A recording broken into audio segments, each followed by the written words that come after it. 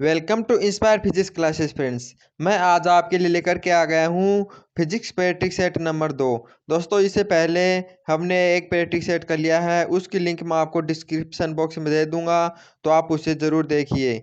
दोस्तों, बता दूं कि जिस लेवल के क्वेश्चन हम ले रहे हैं उसी लेवल के क्वेश्चन हमारी जो एयरफोर्स और नेवी की एग्ज़ाम होती है उसमें पूछे जाते हैं। इससे ज़्यादा हाई लेवल के जो क्वेश्चन होते हैं वो हमारे एग्जामों में नहीं पूछे जाते, और इससे ज़्यादा लो लेवल के क्वेश्चन भी नहीं आते। तो दोस्तों, ये प्रैक्टिस सेट आपके लिए बहुत ही ज़्यादा यूज़फुल है। आप इन्हें सोल्व कीजिए, क्वेश्चन लगाइए और इनकी तैयारी कीजिए, क्योंकि ये आपके एग्ज़ाम में बहुत ही ज़्यादा मदद करेंगे। और दोस्तों, बता दूं कि यदि आपका कंसेप्ट क्लियर नहीं है तो हमने एक सीरीज चला रखी है जो हमारी फिजिक्स की लुसेंट वाली बुक आती है, उसको मैं एक्सप्लेनेशन के साथ पढ़ा रहा हूँ। तो आप हमारी वो प्लेलिस्ट भी देख लें, उसकी लिंक भी मैं आपको डिस्क्रिप्शन बॉक्स में दे दूंगा। और दोस्तों, यदि आपको इसकी पीडीएफ चाहिए, प्रैक्टिस सेट की यानी कि जो हमारा मॉक टेस्ट है इनकी पीडीएफ चाहिए, तो आप हमारा जो टेलीग्राम ग्रुप है इंस्पायर फिजिक्स क्लासेज उसे ज्वाइन कर सकते हैं। और यदि लिंक से ज्वाइन करना चाहते हैं तो उसकी भी लिंक मैं आपको डिस्क्रिप्शन बॉक्स में दे दूंगा। और चलते हैं आज के हमारे इस वीडियो की तरफ। तो इस प्रैक्टिस सेट का पहला क्वेश्चन है, जब गोली लक्ष्य पर लगती है तो कभी कभी चमक होती है। देखिए दोस्तों, जब किसी बंदूक से अपन गोली को छोड़ते हैं किसी लक्ष्य पर, तो वह वहां पर टकराने के बाद उसमें थोड़ी चमक उत्पन्न होती है, तो वह किस कारण होती है? तो दोस्तों, वो होती है गतिज ऊर्जा उष्मा में बदलने के कारण। यानी कि जो गोली की जो गतिज ऊर्जा होती है वह टकराने के बाद गतिज ऊर्जा उष्मा ऊर्जा में परिवर्तित हो जाती है, जिसके कारण वहां पर चमक की यानी कई बार चिंगारी उत्पन्न होती है। देखिए दोस्तों, हम जानते हैं कि जो ऊर्जा होती है वो हमेशा संरक्षित रहती है, इसे नष्ट नहीं किया जा सकता। इसलिए इसकी जो गतिज ऊर्जा है वो यहाँ पर जाने की यानी कि गोली तो स्थिति जो हो जाए यानी कि स्थिति यानी कि विरामावस्था में आ जाएगी, लेकिन जो इसकी जो गतिज ऊर्जा है वह उष्मा ऊर्जा के रूप में परिवर्तित होगी, और उष्मा ऊर्जा के कारण यहाँ पर चमक उत्पन्न होती है। यानी कि जो गतिज ऊर्जा है वह उष्मा ऊर्जा में बदलने के कारण कभी कभी वहाँ पर चिंगारी उत्पन्न होती है। तो इसका राइट आंसर हो जाएगा ऑप्शन नंबर 1। अब है नेक्स्ट क्वेश्चन, लिफ्ट में एक मनुष्य का आभासी भार उसके वास्तविक भार से कम होगा जबकि लिफ्ट। देखिए दोस्तों, हम मैं आपको बता दूं कि जब कोई लिफ्ट एग्जाम में बहुत ही बार क्वेश्चन पूछा जाता है लिफ्ट पर, यानी यदि कोई लिफ्ट ए त्वरण से ऊपर जा रही है तो उसका जो त्वरण होता है वह गुरुत्वीय त्वरण से अधिक हो जाता है, वो होता है यानी कि जी प्लस ए हो जाता है। और यदि कोई लिफ्ट नीचे की तरफ आ रही है तो उसके जो त्वरण होता है वो गुरुत्वीय त्वरण से कम हो जाता है, यानी जी माइनस ए हो जाता है। यानी जितने त्वरण से ऊपर जाती है तो उसका उतना ही त्वरण अधिक हो जाएगा, और जितने त्वरण से वस्तु नीचे की ओर आती है उतना ही त्वरण गुरुत्वीय त्वरण से कम हो जाएगा। तो दोस्तों, यहाँ पर पूछा है कि किसी वस्तु का भार यानी कि है सबसे कम होगा। भार हम जानते हैं वेट बराबर होता है mg, यानी जिस स्थिति में g का मान सर्व यानी सबसे कम होगा भार का मान वही सबसे कम होगा। तो हम जानते हैं जब वस्तु नीचे आती है तो उतना ही उसका त्वरण कम हो जाता है। यानी यदि वस्तु a त्वरण समान त्वरण से नीचे आएगी तो उसका गुरुत्वीय त्वरण जो त्वरण है वो गुरुत्वीय त्वरण से कम हो जाएगा, वो हो जाएगा जी माइनस ए। यानी जो हमारा जो त्वरण है वो जो त्वरण होगा वो हो जाएगा जी माइनस ए। तो हम कह सकते हैं कि उसका भार यानी सबसे कम होगा। तो इसका राइट आंसर हो जाएगा नीचे की ओर समान त्वरण से आ रही है। देखो दोस्तों, यदि वह समान वेग से आ रही है तो उसका गुरुत्वीय त्वरण जी होगा, लेकिन यदि वह समान त्वरण से आ रही है यानी उसमें कुछ त्वरण है तो वह त्वरण इसमें से कम हो जाएगा, वो हो जाएगा जी माइनस ए। तो इसका जो त्वरण होगा वो होगा जी माइनस ए। यदि समान वेग से आ रही है तो उसमें त्वरण यानी समान वेग होने के कारण जो एक्स्ट्रा त्वरण होगा यानी जिस त्वरण से नीचे आएगी वो हो जाएगा ए बराबर 0। यानी इसका जो त्वरण होगा वो ओनली जी ही होगा। तो देखिए दोस्तों, इसका राइट आंसर हो जाएगा ऑप्शन नंबर डी, यानी नीचे की ओर समान त्वरण से आ रही हो। अब है नेक्स्ट क्वेश्चन है, क्या कारण है कि एक लोहे की छोटी सी कील पानी में डूब जाती है जबकि पारे में तैरती है? देखिए दोस्तों, जो पारे का घनत्व होता है वो पानी के घनत्व से अधिक होता है।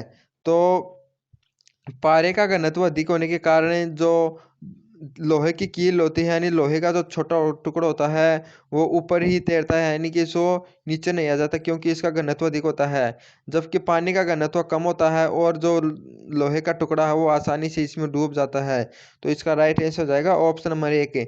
पानी का घनत्व पारे का घनत्व पानी के घनत्व से अधिक होता है, इसीलिए जो हमारी कील है वह पारे में नहीं डूबती जबकि पानी में डूब जाती है। अब है नेक्स्ट क्वेश्चन है, एक लिफ्ट का द्रव्यमान 100 kg है। यदि वह स्वतंत्रता पूर्वक नीचे गिर रही है तो इसमें रखे 1000 kg के पिंड का भार होगा, 100 kg पिंड का भार होगा। तो देखिए दोस्तों, हमें गुरुत्वीय त्वरण दिया हुआ है 10 मीटर/सेकंड स्क्वायर। यहाँ पर हमें बता रहा है कि वह स्वतंत्रता पूर्वक नीचे गिर रही है, यानी कि जब कोई वस्तु स्वतंत्रता पूर्वक नीचे की तरफ गिरती है तो उसका जो गुरुत्वीय त्वरण होता है उसका मान 0 हो जाता है, उनका भार होता है 0 हो जाता है, वेटलेस हो जाती है दोस्तों। यानी कि जो टोटल त्वरण हो जाता है वो होता है 0, यानी कि जी त्वरण से नीचे आने लगेगी स्वतंत्रता रूप से छोड़ने पर, तो इसमें जो टोटल त्वरण होगा वो होगा G - जी, यानी कि जितने त्वरण से नीचे आती है उससे उतना ही अपन माइनस कर देते हैं, तो 0, यानी कि इसका जो वेट होगा mg वो जी 0 होने के कारण 0 हो जाएगा, यानी कि उसका वेट 0 हो जाएगा। और उस यही हमें पूछा गया है कि पिंड का भार होगा, तो पिंड का भार दोस्तों 0 हो जाएगा, तो ऑप्शन नंबर सी हो जाएगा। देखिए दोस्तों, एग्जाम में भी डायरेक्ट क्वेश्चन भी पूछा जाता है, यानी कि हमें कई बार ये नहीं दिया होता, बस क्वेश्चन इतना ही पूछा जाता है, यदि कोई वस्तु स्वतंत्रता पूर्वक नीचे गिर रही हो तो उसका पिंड का भार होगा, तो उसका पिंड का भार दोस्तों 0 होता है, यानी कि कोई भी वस्तु स्वतंत्रता पूर्वक पृथ्वी की ओर नीचे गिरती है तो उसका भार 0 होता है। यह आपको नोट कर लेना है, ये भी एग्जाम में पूछी जाती है। अब है नेक्स्ट क्वेश्चन, यदि किसी वस्तु का वेग इसके प्रारंभिक वेग का 2 गुना हो जाए तो गतिज ऊर्जा। देखिए दोस्तों, हम जानते हैं जो गतिज ऊर्जा का फॉर्मूला होता है वो होता है E बराबर होता है 1/2 mv²। यानी हम जानते हैं जो गतिज ऊर्जा होती है वो समानुपाती होती है v² के। यहाँ पर v के मान को 2 गुना किया गया है, यानी कि उसका जो वेग है उसको 2 गुना कर दिया जाए, यानी वेग को 2 गुना करेंगे तो यो हम जानते हैं जो गतिज ऊर्जा होती है वह v² के समानुपाती होती है, यानी कि 2 का स्क्वायर करेंगे तो हो जाएगी 4, यानी जो गतिज ऊर्जा होगी वह 4 गुना हो जाएगी। यानी कि जो फॉर्मूला होता है वो होता है E समानुपाती v²। यदि E को अपन v की जगह यानी कि 2v करेंगे तो ये इसका 2 गुना हो जाएगा। और देखते हैं अगला क्वेश्चन हमारा,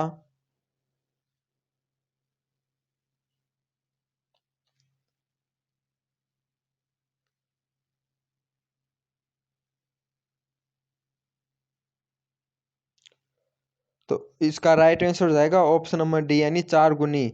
अब है नेक्स्ट क्वेश्चन, एक हॉर्स पावर के 1 हॉर्स पावर के वाट होता है, यानी कि हमें पूछा गया है कि जो शक्ति का मात्रक होता है वोट वो, और एक मात्रक होता है हाउस पावर। तो एक हाउस पावर होता है वो कितने वोट के बराबर होता है, यानी कि जो हाउस पावर हमारा छोटा मात्रक होता है और जो नहीं हाउस पावर होता है बड़ा मात्रक और वोट होती है इसका जो छोटा मात्रक। तो हम जानते हैं कि जो एक हॉर्स वाटर होता है, एक हॉर्स पावर होता है वो 746 वोट के बराबर होता है, तो इसका राइट आंसर रहेगा ऑप्शन नंबर बी।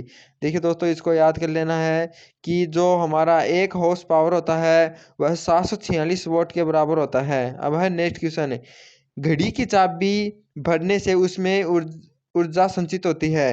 यानी दोस्तों, जो पहले वाली जो घड़ी होती है उसके अंदर हम जानते हैं कि यहाँ पर एक चाबी हुआ करती थी, उसको चाबी को भरते थे और फिर घड़ी ऑटोमेटिक चलती थी, यानी उसमें कोई सेल की आवश्यकता नहीं होती थी। तो दोस्तों, जब इस अपन को यहाँ पर एक स्प्रिंग को यदि अपन घुमाते थे तो इसके अंदर जो ऊर्जा संचित होती थी वो थी स्थितिज ऊर्जा, और फिर वह धीरे धीरे सुई की यानी कि गतिज ऊर्जा में परिवर्तित हो जाती थी। यानी फिर से अपन इसको यहाँ पर जो सुई हुआ करती थी इसको घुमाते थे और यहाँ पर स्प्रिंग में स्थितिज ऊर्जा संचित हो जाती है। फिर जो घड़ी की सुई होती है उसकी गति के कारण यानी कि यह स्थितिज ऊर्जा गतिज ऊर्जा में परिवर्तित हो जाती है। लेकिन हमें पूछा है कि चाबी में ऊर्जा संचित होती है, यानी कि जो अपने इस सुई को घुमाते हैं तो इसके अंदर जो ऊर्जा संचित होगी वह कौन सी होती है। तो घड़ी की चाबी में जो ऊर्जा संचित होती है वो होती है स्थितिज ऊर्जा। यानी कि जो अपने पहले वाली घड़ी होती है उसके अंदर जो सुई होती है इसको घुमाने में से उसमें एक स्प्रिंग होती है, उसके अंदर स्थितिज ऊर्जा संचित हो जाती है और वह धीरे धीरे गतिज ऊर्जा में परिवर्तित होती है। तो इसका राइट आंसर हो जाएगा ऑप्शन नंबर बी। अब है नेक्स्ट क्वेश्चन, सरल आवर्त गति में किसका मान स्थिर नहीं रहता। देखिए दोस्तों, जो सरल आवर्त गति होती है वह इस प्रकार की होती है, यानी कि कोई निश्चित बिंदु होता है उसके यानी दोनों ओर यानी कि है वह सरल यानी कि समान आवर्ती में गति करती है, यानी बार बार एक बिंदु के से गुजरती हुई यानी इस प्रकार गति करती है। तो यह जो इस मध्य बिंदु से इसका जो चरम बिंदु के मध्य की जो दूरी होती है वो होती है इसका आयाम। और यहाँ से लेकर के यानी कि इसके मध्य बिंदु से इस चरम बिंदु पर, फिर इस चरम बिंदु से इस चरम बिंदु पर, इस चरम बिंदु से और फिर से मध्य बिंदु तक आने में जितना समय लगता है उसको अपन आवर्तकाल कहते हैं। और इसका जो वेग होता है, जो इसका वेग होता है, यह है कण किस गति से यहाँ पर जाता है फिर यहाँ पर आता है, जो इसकी जो वेल गति होती है उसको अपन इसका वेग कहते हैं।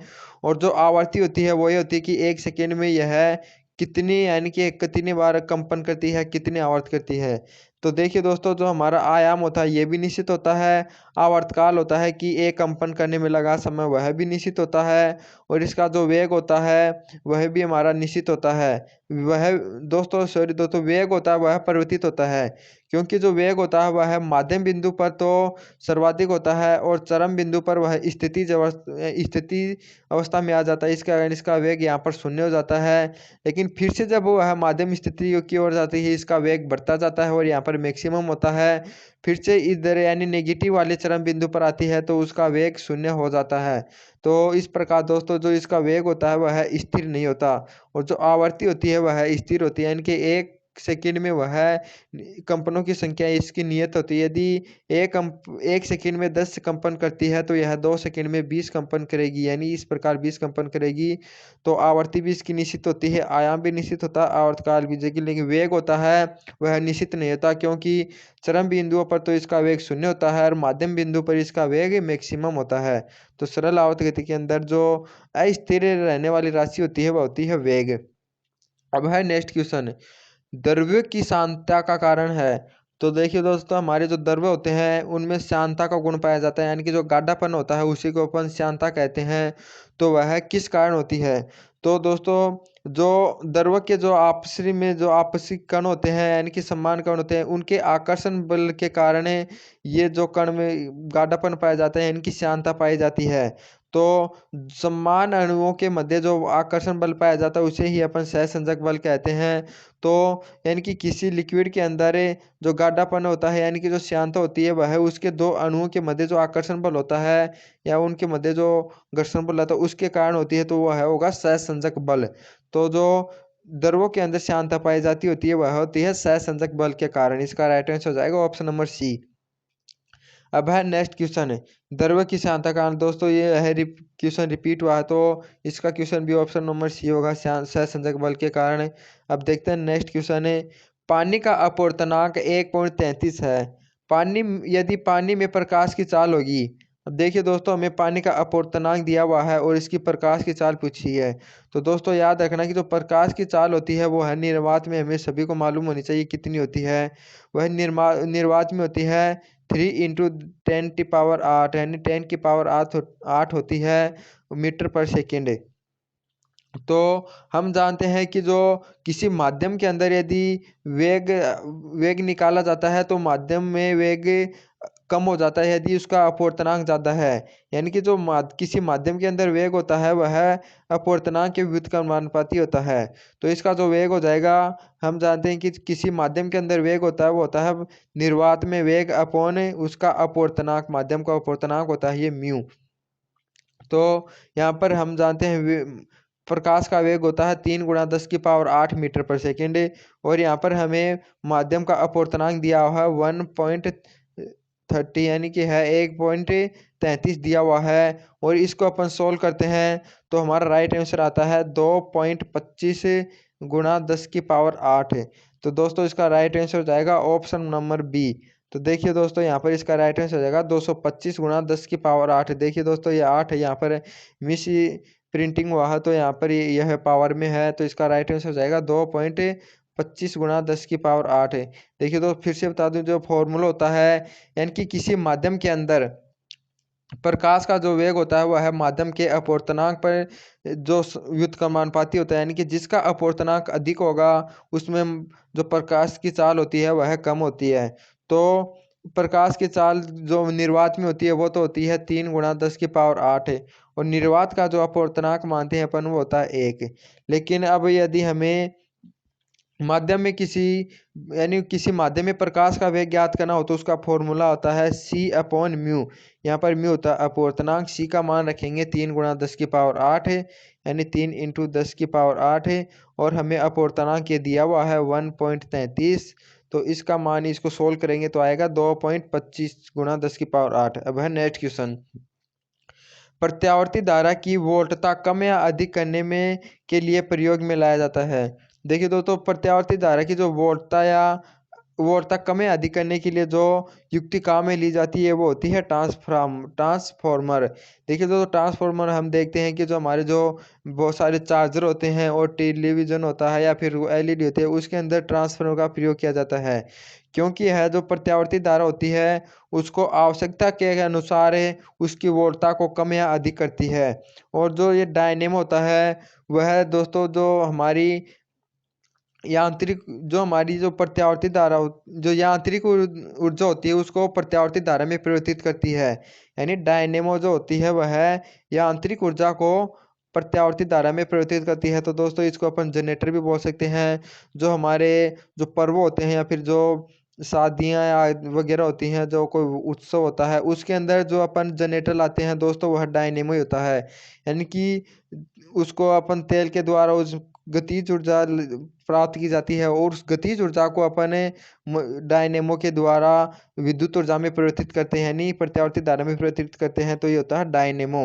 और जो प्रेरक कुंडली होती है, ये दोस्तों प्रेरक कुंडली क्या होती है कि ये चुंबकीय यानी कि जो हमारा चुंबक वाला होता है उसमें होती है। प्रेरक कुंडली के अंदर चुंबकीय फ्लक्स के कारण विद्युत ऊर्जा उत्पन्न होती है। तो उसके अंदर पे अपने यांत्रिक ऊर्जा के कारण विद्युत ऊर्जा के विद्युत वो चुंबकीय के द्वारा विद्युत उत्पन्न की जाती है। तो ये होती है प्रेरक कुंडली। और जो ट्रांसफार्मर होता है वह प्रत्यावर्ती धारा की वोल्टता को कम या अधिक करता है आवश्यकता के अनुसार। तो इस क्वेश्चन का राइट आंसर हो जाएगा ऑप्शन नंबर ए। जो डायनेमो होता है वह यांत्रिक ऊर्जा को विद्युत ऊर्जा में परिवर्तित करता है और जो प्रेरक कुंडली होती है वह हमारी चुंबक के द्वारा जो चुंबक की गतिज ऊर्जा होती है उसके कारण विद्युत ऊर्जा उत्पन्न की जाती है। यह भी हम विद्युत वाले पार्ट चैप्टर में पढ़ेंगे। अब है नेक्स्ट क्वेश्चन। किसी बंद कमरे में पंखा चलाने से कमरे का ताप देखिए दोस्तों, यदि कोई बंद कमरा है और उसके अंदर कोई पंखा चला हुआ है तो उस कमरे का ताप बढ़ जाएगा, क्योंकि यदि उसके अंदर बाहर से आवाज़ आएगी तभी उसका टेम्परेचर कम होगा। लेकिन अंदर ही अंदर पंखा उसकी वायु को गतिशील कर देता है और वायु के गतिशील होने के कारण जो वायु के कण होते हैं उनमें आपस में घर्षण होता है। घर्षण के कारण वहाँ पर ऊष्मा उत्पन्न होती है और वायु के वेग के कारण वहाँ पर ऊष्मा उत्पन्न होने से उसका टेम्परेचर होता है वो बढ़ जाता है। यानी यदि किसी बंद कमरे में यदि अपन पंखा चला देते हैं तो जो अंदर की वायु है वही आपस में घर्षण करती है, यानी कि वेग गतिशील हो जाती है पंखे के कारण। और उसके जो आपसी में दो कण होते हैं जब वह उनके अंदर मध्य घर्षण होता है तो उसमें ऊष्मा उत्पन्न होती है जिसके कारण उसका टेम्परेचर बढ़ जाता है। तो यदि किसी बंद कमरे में यदि अपन पंखा चला देते हैं तो उसका टेम्परेचर बढ़ जाएगा, न कि घटेगा। अब है नेक्स्ट क्वेश्चन। पेट्रोल में लगी आग को पानी से नहीं बुझाया जा सकता, क्योंकि तो देखिए दोस्तों, पेट्रोल होता है उसका घनत्व होता है जो पानी से कम होता है। तो यदि किसी पेट्रोल में आग लगी हुई है, ये हमारा पेट्रोल है और यह इसमें आग लगी हुई है, और यदि इसमें पानी डाला जाता है, यानी कि यहाँ पर पानी डाला जाता है, घनत्व अधिक होने के कारण पानी पेट्रोल से नीचे चला जाता है और पेट्रोल पानी के ऊपर तैरने लगता है। और यदि पेट्रोल ऊपर रहता है तो यह जलता ही रहता है। यदि पानी इसके ऊपर आ जाए तब तो यह आग बुझ सकती है, लेकिन पेट्रोल ऊपर होने के कारण यह जलता रहता है। तो इसका राइट आंसर हो जाएगा पेट्रोल पानी पर तैरने लगता है, क्योंकि जो पेट्रोल का घनत्व होता है वह पानी से कम होता है जिसके कारण वह पानी पर तैरने लगता है। और पानी पर तैरने के कारण ये हमारे नीचे पानी आ जाता है और इसके ऊपर जो पेट्रोल होता है उसे पानी नहीं रोक पाता, ऊपर की तरफ ये पेट्रोल जलता रहता है। तो इसका राइट आंसर हो जाएगा ऑप्शन नंबर बी। अब है नेक्स्ट क्वेश्चन। हमारा नेक्स्ट क्वेश्चन है कि निम्नलिखित में से किसकी भेदन क्षमता अधिक होती है। देखिए दोस्तों, जो भेदन क्षमता होती है वो सबसे अधिक होती है गामा किरणों की, और उससे कम होती है बीटा किरणों की, और सबसे कम होती है एल्फा किरणों की। एल्फा किरणों की जो गामा किरणों की भेदन क्षमता होती है वह एल्फा किरणों से 10,000 अधिक होती है और जो बीटा किरणें होती हैं उनसे 100 गुना अधिक होती है। तो दोस्तों इनका जो अनुपात होता है वो उसका अनुपात यही होता है 1:100:1000, जो यानी कि 10,000 होता है यहाँ पर। सबसे अधिक भेदन क्षमता होती है वो होती है गामा किरणों की। तो इसका राइट आंसर हो जाएगा ऑप्शन नंबर सी। अब है नेक्स्ट क्वेश्चन। एक समान गति करते हुए आवेश द्वारा उत्पन्न होते हैं। यानी कि दोस्तों यदि कोई आवेश है और वह समान वेग से गति कर रहा है, यानी कि उसमें त्वरण नहीं है, तो उसके अंदर विद्युत क्षेत्र और चुंबकीय क्षेत्र दोनों उत्पन्न होते हैं। यदि आवेश स्थिर होता है, यानी अपन बोलते हैं स्थिर विद्युत की, यानी स्थिर आवेश होता है, तो उसके अंदर केवल विद्युत क्षेत्र उत्पन्न होता है। यदि वह आवेश समान वेग से गति करता है तो उसके अंदर विद्युत क्षेत्र और चुंबकीय क्षेत्र दोनों उत्पन्न होते हैं। और यदि वह किसी त्वरण से गति करता है, यानी उसका वेग समान नहीं होता, तो उसके अंदर जो विद्युत चुंबकीय तरंगें होती हैं वह भी उत्सर्जित होती हैं। यानी कि विद्युत क्षेत्र उत्पन्न होगा, चुंबकीय क्षेत्र उत्पन्न होगा और जो हमारी विद्युत चुंबकीय तरंगें होती हैं वह भी उत्पन्न होती हैं। तो दोस्तों याद रखना, जब आवेश स्थिर होता है तो केवल विद्युत क्षेत्र उत्पन्न करता है, और जब वह समान वेग से गतिशील होता है तो दोनों क्षेत्र उत्पन्न करता है, और जब त्वरण यानी कि किसी त्वरण से गतिशील होता है तो उसके अंदर विद्युत चुंबकीय तरंगें भी उत्पन्न होती हैं। अब है नेक्स्ट क्वेश्चन। 15 वाट के 10 बल्बों के एक माह यानी 30 दिन तक प्रतिदिन 10 घंटे जलाने में कितने किलोवाट घंटा विद्युत ऊर्जा खर्च होगी? तो देखते हैं इस क्वेश्चन को। एनके में दिया हुआ है कि जो 15 वाट के 10 बल्ब हैं वह एक माह तक 10 घंटे जलते हैं, यानी एक प्रतिदिन 10 घंटे जलते हैं। तो किलोवाट के अंदर हमें विद्युत ऊर्जा की खपत निकालनी है। तो देखिए दोस्तों, यदि 10 बल्ब हैं और 50 प्रत्येक बल्ब 50 वाट का है, तो एक दिन के अंदर जो वाट होगा वो हो जाएगा 500। और एक दिन में 10 घंटे जलता है, तो वह एक माह यानी 30 दिन तक कितने घंटे जलेगा? वो हो जाएगा 300। तो यदि दोस्तों इनको मल्टीप्लाई करते हैं, यानी कि हम जानते हैं कि जो ऊर्जा होती है वो होती है शक्ति गुणा समय, यानी P इंटू टी। डब्ल्यू बराबर होता है P इंटू टी। तो P का मान हमें 500 दिया हुआ है, 500 निकल कर आ जाएगा। यानी कि एक बल्ब की शक्ति 500 वाट है, तो 10 बल्ब की शक्ति 500 वाट हो जाएगी। और जो समय है वो प्रतिदिन 10 घंटे है, तो 30 दिन के लिए 30 घंटे 300 घंटे हो जाएगी। और इन दोनों को मल्टीप्लाई करेंगे तो ये हमारा हो जाएगा, 5 को 3 से करेंगे तो 15, और 15 और फिर ये 00, यानी कि 1,50,000 हो जाएगा। और यदि इसको किलोवाट के अंदर चेंज करेंगे तो ये जो 3 जीरो हैं वह किलोवाट के अंदर परिवर्तित हो जाएंगी, तो हमारा बचेगा 150 किलोवाट घंटा। तो देखिए दोस्तों, इसका राइट आंसर हो जाएगा ऑप्शन नंबर डी। यानी कि हम फिर से समझा देता हूँ, यानी कि 50 वाट के 10 बल्ब हैं, वह एक यानी प्रतिदिन 10 घंटे चलता है, तो एक महीने तक कितनी विद्युत ऊर्जा खपत होगी? तो देखिए जो टोटल समय हो जाएगा वह है, यानी कि टोटल समय कितना हो जाएगा, एक दिन में 10 घंटे चल रहा है, तो एक महीने तक वह कितने हो जाएगा, 300 घंटे, यानी 30 इंटू 10 यानी 300 घंटे। और एक बल्ब की शक्ति हमें 50 वोल्ट दी हुई है, तो 10 बल्बों की कितनी हो जाएगी, 500। तो दोस्तों हम जानते हैं कि W बराबर यानी जो ऊर्जा होती है वह होती है शक्ति इंटू समय। तो इन दोनों को मल्टीप्लाई करेंगे तो हमारा आएगा 1,50,000, 1,50,000 आ जाएगा। फिर इसको किलोवाट घंटे में परिवर्तित करेंगे तो 3 जीरो हटा देंगे, इसको लिख लेंगे के, और ये हमारा WT बच जाएगा, तो हमारा जाएगा 150 किलोवाट घंटा। तो इसका राइट आंसर आएगा ऑप्शन नंबर डी। अब है नेक्स्ट क्वेश्चन। बढ़ती आवर्ती क्रम में तरंगों का सही क्रम है, यानी कि बढ़ती आवर्ती के अंदर जो क्रम है वह सही कौन सा है इन तरंगों का? तो देखिए दोस्तों, वह सही क्रम है ऑप्शन नंबर 1 है। क्योंकि हम जानते हैं कि इनका जो तरंगों का क्रम होता है वही होता है कि जो हमारी सूक्ष्म तरंगे होती हैं उनकी आवर्ती होती है, उनकी आवर्ती सबसे कम होती है, फिर उससे अधिक होती है रेडियो तरंगों की, उससे अधिक होती है अवरक्त तरंगों की, उससे अधिक होती है दर्शक क्षेत्र होता है उसकी, उससे अधिक होती है अल्ट्रावायलेट किरण यानी जो पराबैंगनी तरंगे होती है उनकी, और उनसे अधिक होती है हमारी एक्स किरणों की, और सबसे अधिक होती है गामा किरणों की।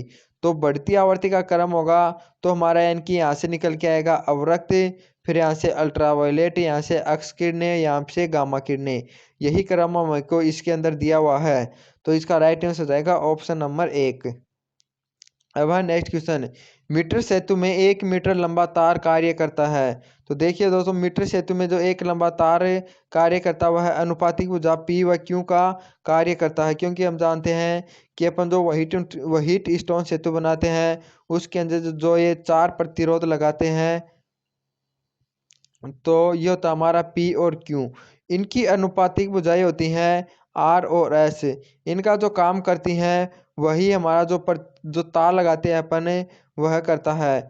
तो अपन कह सकते हैं जो अनुपातिक भुजा P व Q होती है उनका जो कार्य करती है वो होता है जो हमारा तार होता है वह करता है। तो इसका राइट आंसर हो जाएगा ऑप्शन नंबर 1। यानी मीटर सेतु में 1 मीटर लंबा जो तार होता है उसका कार्य अनुपातिक भुजा P व Q का काम होता है कि पूरा करती हैं। अब है 20वां क्वेश्चन है, सूर्यकरण होता है। देखिए दोस्तों, जो सूर्यकरण होता है वह इस प्रकार होता है कि सूर्यकरण का मतलब है कि सूर्य का न दिखाई देना।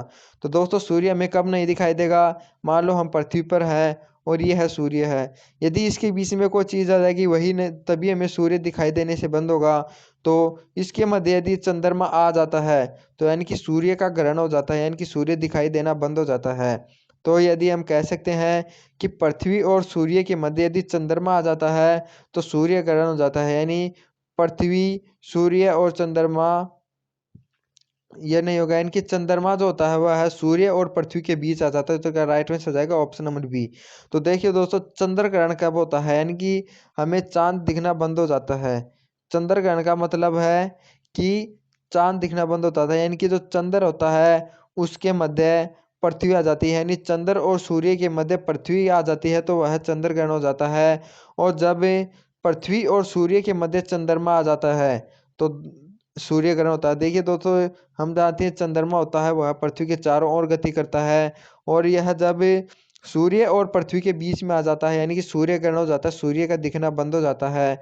और जब यह जो चंद्र होता है वह पृथ्वी की यानी कि ये सूर्य की विपरीत दिशा में आ जाता है, तो यानी कि इसके मध्य पृथ्वी आने के कारण यह चमकना बंद हो जाता है। यह फिर हमें जो ये चंद्रमा होता है यह नहीं दिखाई देता, क्योंकि पृथ्वी के कारण इस पर अंधेरा हो जाता है, तो हम कहते हैं कि यह चंद्र ग्रहण हो गया। तो दोस्तों याद रखना, जब पृथ्वी सूर्य और चंद्रमा के बीच आती है तो चंद्र ग्रहण होता है, और जब पर चंद्रमा सूर्य और पृथ्वी के बीच आ जाता है तो होता है सूर्य ग्रहण। तो इसका राइट आंसर रहेगा ऑप्शन नंबर बी। अब है नेक्स्ट क्वेश्चन है, ट्यूबलाइट के कार्य किस सिद्धांत होता है? तो दोस्तों याद रखना, जो ट्यूबलाइट होती है हमारी, जो उसके कार्य करने का जो सिद्धांत होता है वो होता है गैसों का विद्युत विसर्जन। यानी कि जो ट्यूबलाइट होती है उनके अंदर गैसों का विद्युत विसर्जन होता है। तो इसका राइट आंसर हो जाएगा ऑप्शन नंबर ए।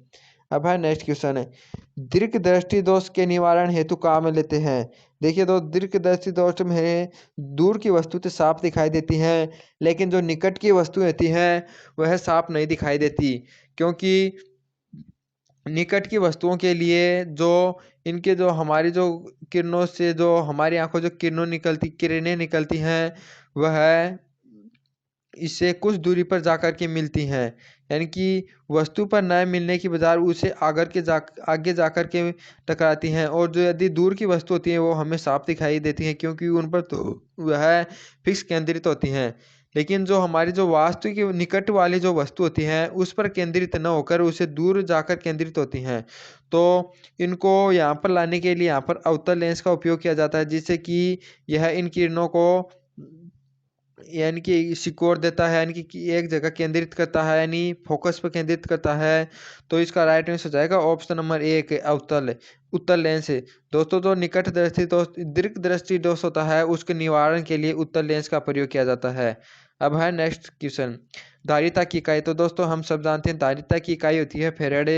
यदि नहीं पता हो तो इसको याद कर लें, ये बहुत ही इजी क्वेश्चन है। धारिता की इकाई बहुत बार पूछी जाती होती है फेराडे। और जो कूलाम होती है वो चार्ज होता है यानी आवेश, क्यू की इकाई होती है वोल्ट होती है वह विभवांतर, यानी वी की इकाई होती है वोल्टेज। और जो हेनरी होती है वह प्रेरकत्व। जो हमारा स्वप्रेरकत्व अन्योन्य प्रेरकत्व यानी जो प्रेरकत्व होता है एल, उसकी इकाई होती है हेनरी। तो इनको याद रखना। अब है नेक्स्ट क्वेश्चन है, यदि एक ही लंबाई तथा समान व्यास के नाइक्रोम चांदी कांसे और टेनस तथा मैगजीन के तार लिए जाएं तो सबसे कम प्रतिरोध होगा। देखिए दोस्तों, जिसकी चालकता सर्वाधिक होगी उसका प्रतिरोध सबसे कम होगा। यानी कि जिसकी चालकता कम होती है यानी कि उसका प्रतिरोध कम होगा। तो हम जानते हैं चांदी की जो चालकता होती है वह सबसे अधिक चालक होता है चांदी, तो इसका प्रतिरोध सबसे कम होगा। तो राइट आंसर हो जाएगा ऑप्शन नंबर सी। यानी कि जो जिसकी चालकता सर्वाधिक होती है उसका प्रतिरोध कम होता है। तो यहाँ पर जो हमें दिया हुए है नाइक्रोम, चांदी, कांसा और टेनन, तो जो चांदी होती है उसकी चालकता सर्वाधिक होने के कारण प्रतिरोध कम होगा। तो राइट आंसर हो जाएगा ऑप्शन नंबर सी। अब है आज का लास्ट क्वेश्चन है, ताप बढ़ने पर वस्तु की प्रत्यास्थता गुणांक। देखिए दोस्तों, हमारा वस्तु का प्रत्यास्थता गुणांक होता है वाई, वह ताप के व्युत्क्रमानुपाती होता है। यदि टेम्परेचर को बढ़ाया जाता है तो इसका प्रत्यास्थता गुणांक कम हो जाता है। यानी यदि कोई हमारे तार या कोई भी वस्तु दी हुई है उसकी प्रत्यास्थता अधिक होती है, यानी कि वह उसको यदि अपन मोड़ने का प्रयास करते हैं तो उसको मोड़ने में अधिक बल की आवश्यकता होती है, यानी कि वह प्रत्यास्थ होती है। यदि इसका टेम्परेचर बढ़ा दिया जाता है तो वह कम प्रत्यास्थ हो जाती है, यानी नरम धातु हो जाती है, पिघलने लगती है। तो इसकी प्रत्यास्थता गुणांक होता है जो लेमडा, वह वाई होता है दोस्तों, प्रत्यास्थता गुणांक वह कम हो जाता है। तो हम कह सकते हैं जो प्रत्यास्थता गुणांक होता है वह ताप में वृद्धि के साथ कम हो जाता है। तो ताप बढ़ने पर जो कम होगा। तो राइट आंसर हो जाएगा ऑप्शन नंबर एक। तो दोस्तों, इसी क्वेश्चन के साथ हमारे आज के 25 क्वेश्चन समाप्त होते हैं और हम मिलेंगे आपको अगले क्वेश्चन के साथ, अगले 25 क्वेश्चन लेकर के। और दोस्तों मैं बता दूं कि यदि आपको इन क्वेश्चनों की पीडीएफ फाइल चाहिए तो आपको हमारा जो टेलीग्राम ग्रुप है इंस्पायर फिजिक्स क्लासेज, उनको ज्वाइन कर लीजिए। उसके अंदर मैं इसको सेंड कर दूंगा। तो जय हिंद दोस्तों। यदि वीडियो अच्छी लगी हो तो इसको लाइक और शेयर जरूर कीजिए। जय हिंद दोस्तों।